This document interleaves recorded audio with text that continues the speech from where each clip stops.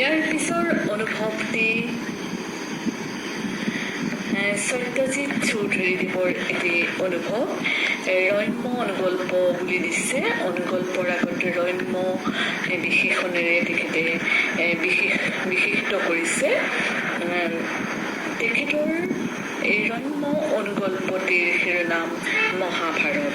মই পাঠ কৰি দিছোঁ।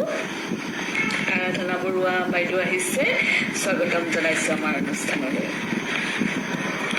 মই ৰম্য অনুগল্প মহাভাৰত পাঠ কৰি দিছোঁ। ক্লাছত হেডমাষ্টৰে ছাত্ৰবোৰক পঢ়াই আছে। ৰামায়ণ মহাভাৰত আমাৰ দুখন পবিত্ৰ ধৰ্মগ্ৰন্থ। পংকজে বেঞ্চৰ পৰা উঠি থিয় হৈ প্ৰশ্ন কৰিলে, ছাৰ, যোৱাকালি মোৰ পৰদেউতাই দেউতাক কৈ আছিল, বেছি কথা নকবি, মহাভাৰতৰ কুৰুক্ষেত্ৰ হৈ যাব। তেনেহলে মহাভাৰত মানে কি হ'ব? উত্তৰ দিবলৈ নোৱাৰি হেডমাষ্টৰে ক'লে, অহাকালিলৈ কম। পিছদিনাৰ পৰা হেডমাষ্টৰ দীৰ্ঘছুটিত গ'ল। সত্যজিৎ চৌধুৰী ডাঙৰীয়াৰ ৰম্য অনুগল্প মহাভাৰতৰ মাজেৰে আমাক বহু কথাই গ'ল। সঁচাকৈয়ে আমি আহি আহি এক গ্ল'বেল ভিলেজত উপনীত হৈছোঁ। তথাপিও কিন্তু আমি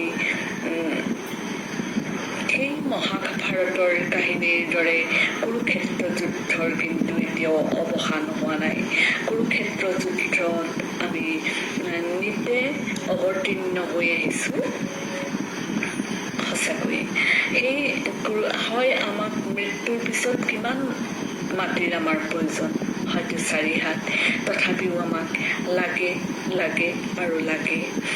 সেয়েহে হয় কুৰুক্ষেত্ৰৰ দৰে মহাৰণ। সত্যজিৎ চৌধুৰীদেৱক আন্তৰিক ধন্যবাদ জ্ঞাপন কৰি মই পৰৱৰ্তী অনুভৱৰ মাজলৈ গৈছোঁ। ইৰানাথ বাইদেউ